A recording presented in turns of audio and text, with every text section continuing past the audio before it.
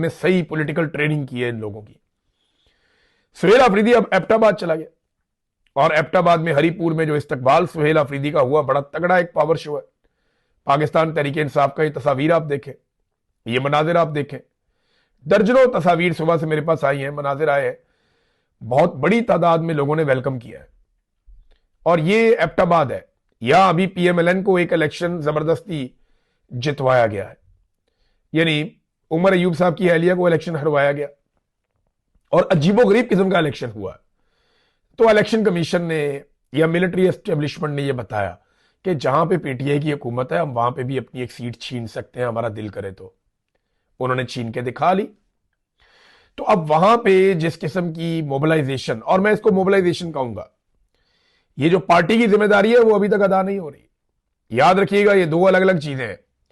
Street movement का इमरान खान साहब ने सुहेल अफरीदी को कहा है, सुहेल अफरीदी उसका मोमेंटम बनाने के लिए मोबिलाइजेशन कर रहे हैं, हर जगह जा रहे हैं, लेकिन जो पार्टी की रिस्पॉन्सिबिलिटी है कि उस मोबिलाइजेशन को चैनलाइज किया जाए, हर गली मोहल्ले में बाकायदा मेंबर्स को बताया जाए कि तुमने क्या करना है, तुमने क्या करना है, तुमने क्या करना है, और लिस्टें बने, चीजें बने, जिस तरीके से आगे चलना है वो प्रोसेस अभी शुरू नहीं हुआ।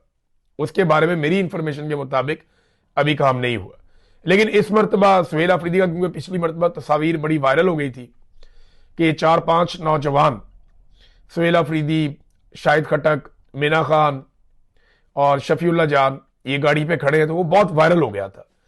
तो इस मरतबा क्या किया गया कि गाड़ी के ऊपर और लोग भी चढ़ गए।